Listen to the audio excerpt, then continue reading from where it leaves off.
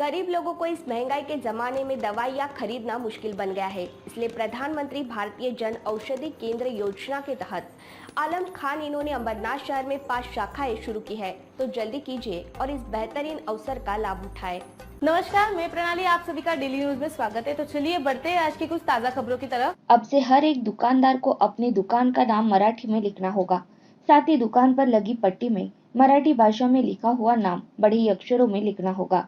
इसी विषय को लेकर उल्लासनगर महानगर पालिका की तरफ से शुक्रवार 1 दिसंबर को शहर के व्यापारी संस्थाओं और राजनीतिक पार्टियों से जुड़े पदाधिकारियों की संयुक्त बैठक का आयोजन उल्लासनगर महानगर पालिका मुख्यालय में आयोजित किया गया, जहां इस बैठक में उल्लासनगर शहर के आमदार कुमार अयलानी, उल्लासनगर महानगर पालिका के अतिरिक्त आयुक्त समीर लेंगरेकर, उपायुक्त अशोक नाईकवाडे, विनोद केनी, बीजेपी शहर अध्यक्ष प्रदीप रामचंदानी, दीपक शतलानी, महाराष्ट्र नवनिर्माण सेना के बंडू देशमुख, सचिन कदम, प्रदीप गोडसे और बड़ी संख्या में व्यापारी इस बैठक में पहुंचे थे। उल्लासनगर शहर में जितने भी व्यावसायिक आस्थापना मतलब दुकानें हैं, वहाँ पर मराठी भाषा में उसका बोर्ड लगाना ज़रूरी है।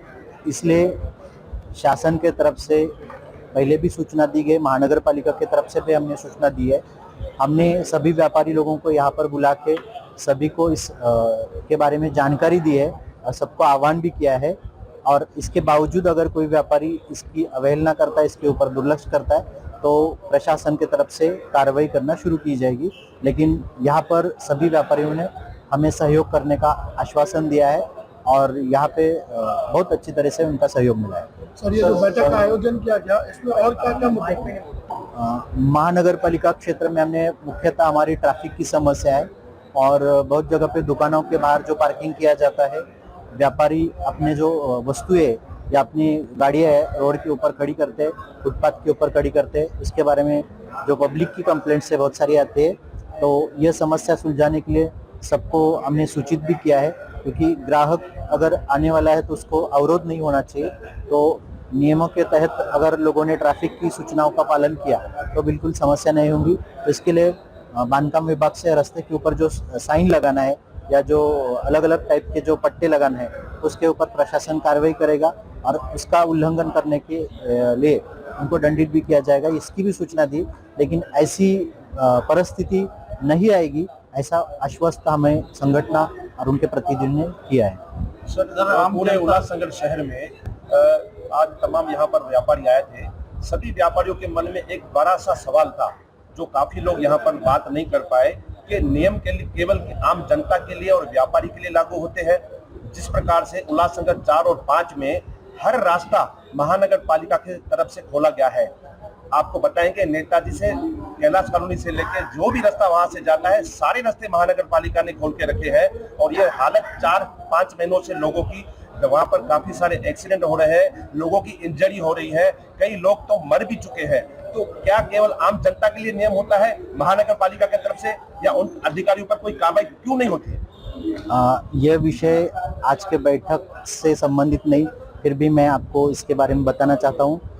उल्लासनगर महानगर पालिका ने लोगों को असुविधा हो इसलिए कोई उसी बात से कोई रास्ते खोदे हुए नहीं। आप बिल्कुल जानते हैं ये इंफ्रास्ट्रक्चर डेवलपमेंट है, मतलब शहर के जो हमारी जो नीति है उसके तहत हम रोड बना रहे।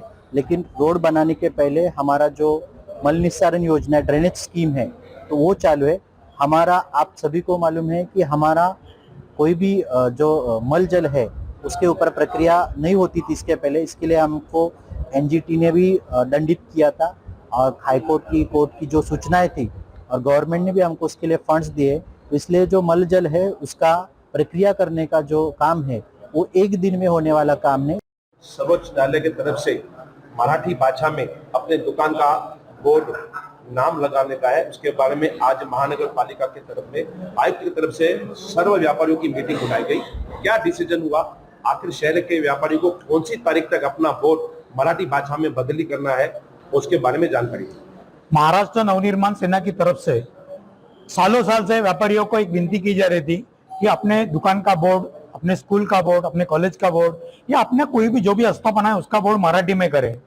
हमारे बीच में संघर्ष होता रहा, लेकिन 1 सितंबर को सुप्रीम कोर्ट ने डिसीजन दिया है कि तुम्हारा बोर्ड 60 दिन के अंदर मराठी में होना चाहिए। वो मुदत 25 नवंबर को खत्म हो गई। 25 नवंबर के बाद महाराष्ट्र नवनिर्माण सेना की तरफ से उल्लासनगर महानगर पालिका को एक 11 दिसंबर तक का अल्टीमेट दिया गया था कि 15 दिन के अंदर उल्लासनगर शहर में जितनी भी दुकानें हैं, जितने भी आस्थापना है, जितने भी सरकारी कार्यालय है, वो सब बोर्ड मराठी में होने चाहिए। अदरवाइज 12 तारीख को महाराष्ट्र नवनिर्माण सेना की तरफ से आंदोलन किया जाएगा। आज उसी विषय में महानगर पालिका के तरफ से व्यापारी भाइयों, महाराष्ट्र नवनिर्माण सेना, पुलिस प्रशासन सबकी एक संयुक्त बैठक बुलाई गई थी और उस बैठक में एक डिसीजन लिया गया और व्यापारी भाई ने हमको विनती की कि 26 जनवरी तक हमको हमारे दुकान का बोर्ड मराठी में करने के लिए टाइम दिया जाए। महाराष्ट्र नवनिर्माण सेना की तरफ से हमने हाँ बोल दिया है। 26 तारीख तक शहर के सभी व्यापारी भाइयों के पास समय है, उस समय के अंदर आपको आपका शॉप का बोर्ड मराठी में करना है। दूसरी बात, आप जब शॉप का बोर्ड मराठी में करेंगे तो सबसे पहले मराठी ऊपर होना चाहिए और 51% बोर्ड का जो लाइन है वो मराठी होना चाहिए। 49% अदर भाषा में आप कर सकते हैं, लेकिन मराठी बड़ा होना चाहिए। ये सुप्रीम कोर्ट का गाइडलाइन है। इसलिए हम सबसे विनती करेंगे कि कहीं भी कोने में छोटा मराठी लगाने का कोशिश नहीं करें। वो बोर्ड पूरा बोर्ड मराठी में होना चाहिए, बड़ा होना चाहिए, मराठी दिखना चाहिए। हम व्यापारियों के साथ है, व्यापारी की अगर कोई समस्या है तो हमसे बात करें। महाराष्ट्र नवनिर्माण सेना पूरी तरीके से व्यापारियों को सहयोग करेगी। आज उल्लासनगर महानगर पालिका में महानगर पालिका प्रशासन की तरफ से 3 मुख्य विषयों पर मीटिंग रखी गई थी। उसमें पहला विषय था मराठी जो बोर्ड है,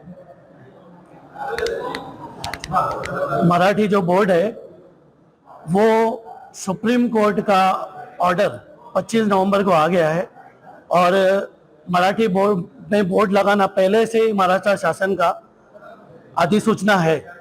सुप्रीम कोर्ट ने वो जो आदेश निकाला है वो 25 नवंबर को 2 महीने उसका मुद्दत भी पूरा हो गया। तो हमारी सवारी व्यापारी भाइयों को मैं ये विनती करता हूँ, अनुरोध करता हूँ कि सुप्रीम कोर्ट के आदेश का हमको पालन करना है, महानगर पालिका प्रशासन को पूरा सहयोग करना है। और अभी जो हमारी मीटिंग हुई तो उसमें 26 जनवरी का डेडलाइन दिया गया आपसी सहमति से।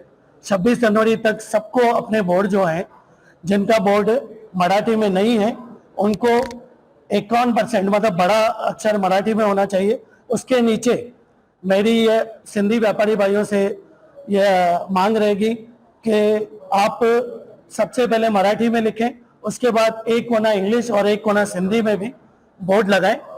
और मराठी जो भाषा है वो महाराष्ट्र की हमारी भाषा है, हमको उसका पूरा मान रखना चाहिए। दूसरा विषय था, आज के लिए बस इतना ही। कल फिर मिलेंगे इसी समय इसी चैनल पर। तब तक के लिए मुझे दीजिए इजाजत। धन्यवाद।